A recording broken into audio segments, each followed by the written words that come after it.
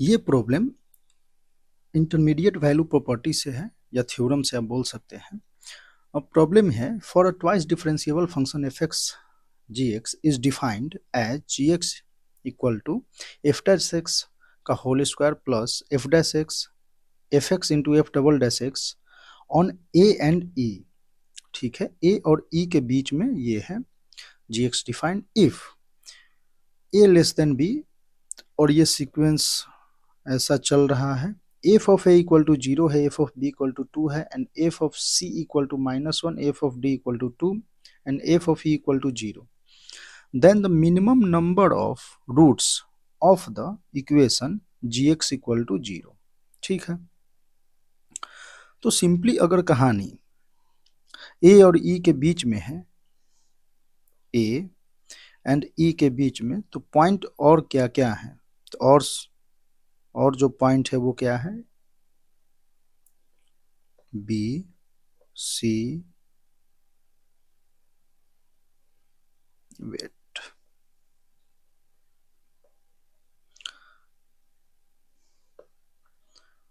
B C and D.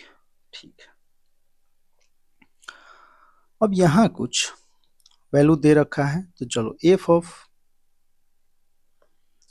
A equal to 0, हम ऐसा function ले लेते हैं 0। F of b equal to 2 है, तो कुछ f of c equal to -1 है, तो हम -1 यहाँ ले लेते हैं। F of d equal to 2 है, चलो यहाँ, and f of e equal to 0।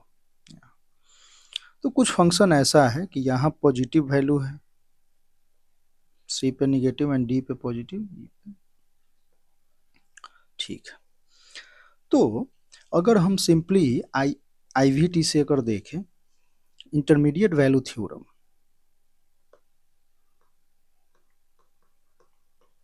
तो ये क्या कहता है, ये कहता है कि मान लो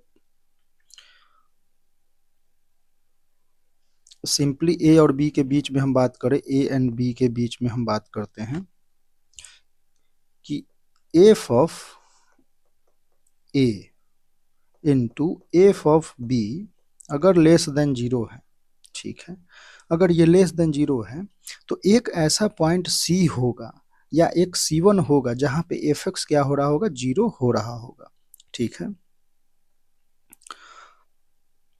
F x equal to 0 has at least one root C1 बोल देते हैं इन ए टू बी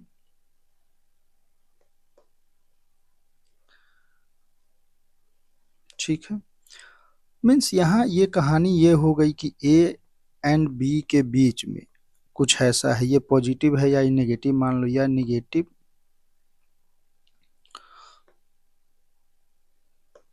या कुछ ऐसा, ये ए हो गया और ये बी हो गया।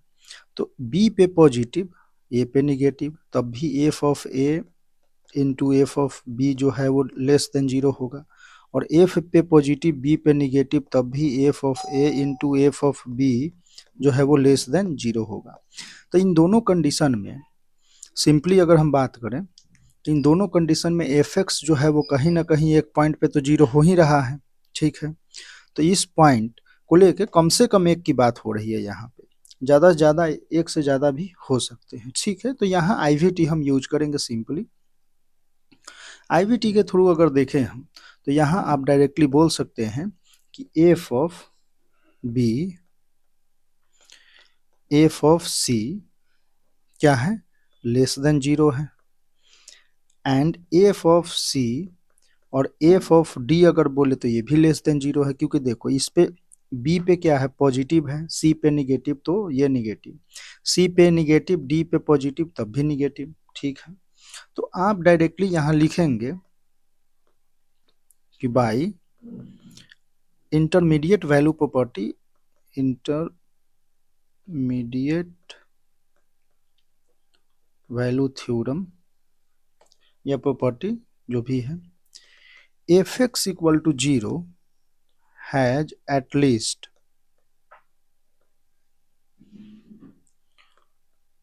वन रूट C1 हम बोल देते हैं, B और C के बीच में एक रूट तो ऐसा हमारा आएगा ही ना, यहाँ पे, और इस पे हम जा रहे हैं तो यहाँ पे simply C1 in BC and at least one root C2 in CD। ठीक है,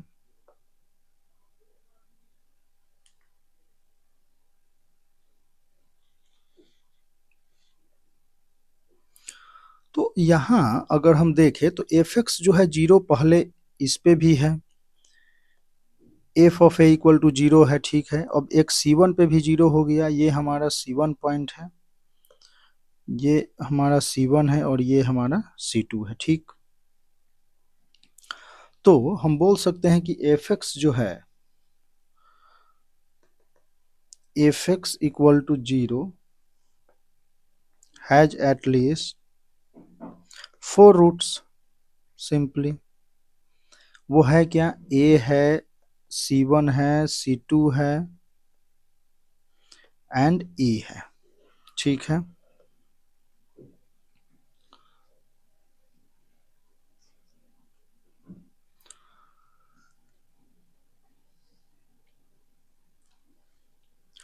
तो यहां से हम ये बोल सकते हैं, अब कहानी आगे बढ़ती है और कहानी ये कहती है कि मिनिमम नंबर ऑफ हमें रूट्स चाहिए जब ऐसा कुछ हो, और ये जो है वो ट्वाइस डिफरेंशिएबल फंक्शन दे रखा है, ठीक है। तो यहां अगर हम देखें तो एफ ऑफ ये 2 था, इस पे भी वैल्यू जो है वो 2 है और इस पे -1 है, ठीक है। अगर fx के पास कम से कम 4 रूट्स हैं, fx के पास कितने हैं, 4 रूट्स हैं, तो f डैश x के पास कितने रूट्स होंगे, 3 रूट्स होंगे। ये हमें fx के पास 4 रूट्स हैं तो हम f डैश x के पास कितने रूट्स बोल सकते हैं, 3 रूट्स बोल सकते हैं। वो 3 रूट्स कहाँ कौन कौन से होंगे, तो वो 3 रूट्स होंगे, और ये कहानी हम तब बोल सकते हैं जब रॉलिस थ्योरम अप्लाई करें। तो by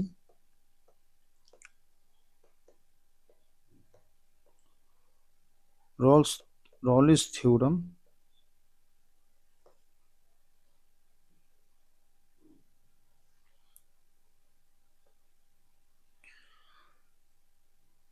f dash x has at least 3 roots।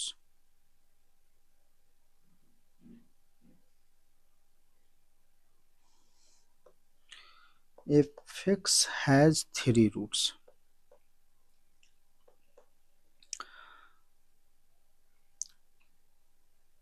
कारण क्या है कि देखो f डैश x हम करते क्या है, तो रॉलिस थ्योरम की बात कर लेते हैं, तो a यहाँ b, ठीक है। और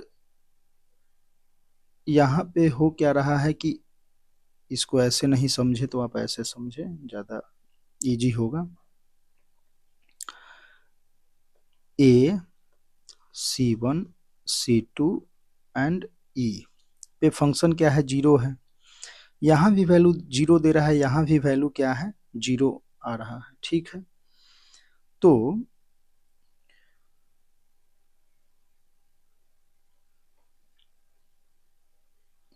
आप डायरेक्टली ये बोल सकते हैं कि f ऑफ, जब हम डैश लेंगे तो डैश जो है वो 0 कहाँ होगा, तो f डैश रॉलिस थ्योरम में क्या बोलते हैं कि रॉलिस थ्योरम हमारा हो जाएगा f डैश वो पॉइंट x1 वेयर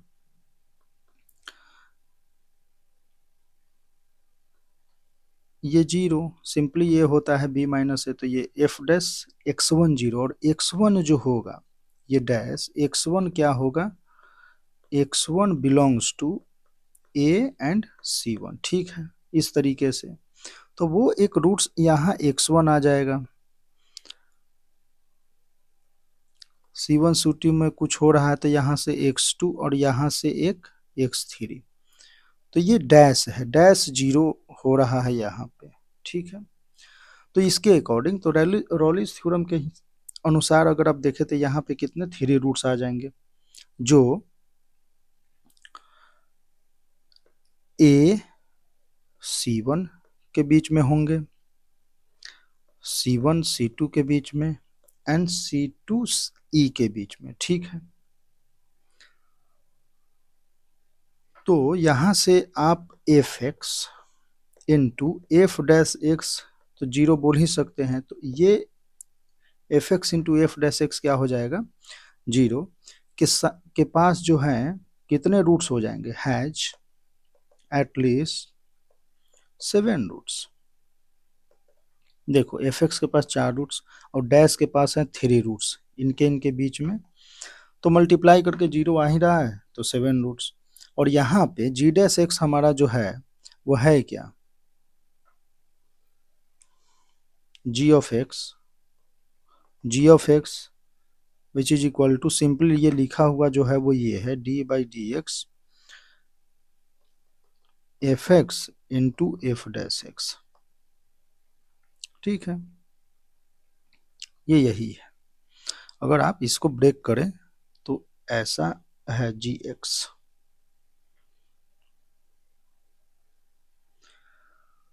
तो यहां से हम बोल सकते हैं कि जी एक्स के पास, अब देखो इसके पास कितने रूट्स, तो सिंपली हम यहां से आ जाते हैं g of x equal to d by d x f x और एफ डैश एक्स, ठीक है। अब इसके पास हमारे पास इसके पास है कितने 7 रूट्स, अब इसका हम डिफरेंशिएशन करेंगे तो कितने रूट्स हो जाएंगे 6 रूट्स, ठीक है। तो ये जो है डिफरेंशिएशन इंटीग्रेशन, ठीक है, इसके अकॉर्डिंग जो है और रूट्स, तो यहां से डायरेक्टली हम बोल देंगे कि यहाँ पे कितने रूट्स हो जाएंगे, minimum number of roots of the equation g of x equal to 0, simply ये बोल रहा है कि g of x equal to 0, तो 6 रूट्स हो जाएंगे, ठीक है, g of x equal to 0 के। तो क्वेश्चन जो है आपको, ऐसे क्वेश्चन में आपको क्या करना होगा, तो IVT इम्पोर्टेंट है और रॉलिज हो गया, LMVT हो गया, ठीक है। ये सब जो है आपको जो है ध्यान में रखना होगा और इसकी एप्लीकेशन पार्ट जो भी है, ठीक है। तो यही है,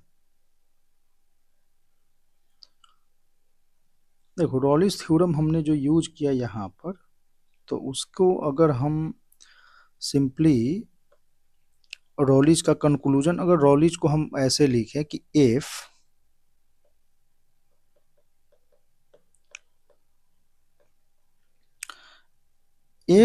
इज डिफरेंशिएबल फंक्शन, ठीक है, डिफरेंशिएबल तो होगा ही फंक्शन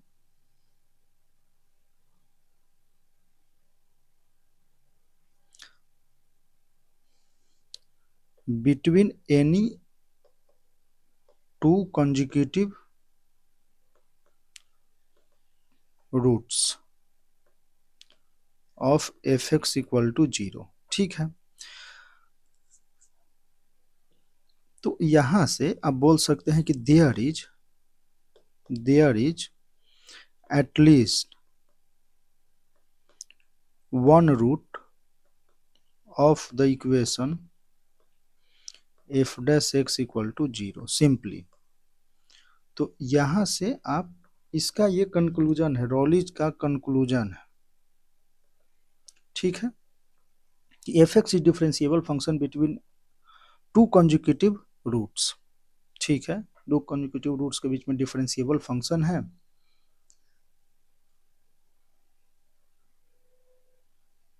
एफ डिफरेंशिएबल फंक्शन है, ठीक है, यहाँ देन लगा दो, नहीं तो मतलब अलग हो जा रहा है। Then between any two consecutive roots of the function fx equal to 0। तो fx इक्वल टू 0 पे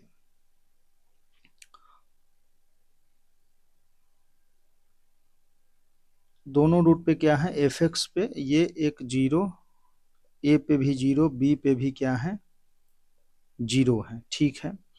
तो there is at least one root of the f dash x. तो जब हम डैश लेंगे इसका एफ डैश, तो डैश लेंगे तो फंक्शन को कैसे ऐसे कुछ जाना पड़ेगा, तो डैश वो होगा, वो 0 होगा कहाँ पे, किसी एक पॉइंट पे, ये x पे या x1 अब बोल दो, x1 पे, जहाँ पे एफ डैश x1 0 होगा, ठीक है। तो यहाँ से हम एक रूट्स बता सकते हैं।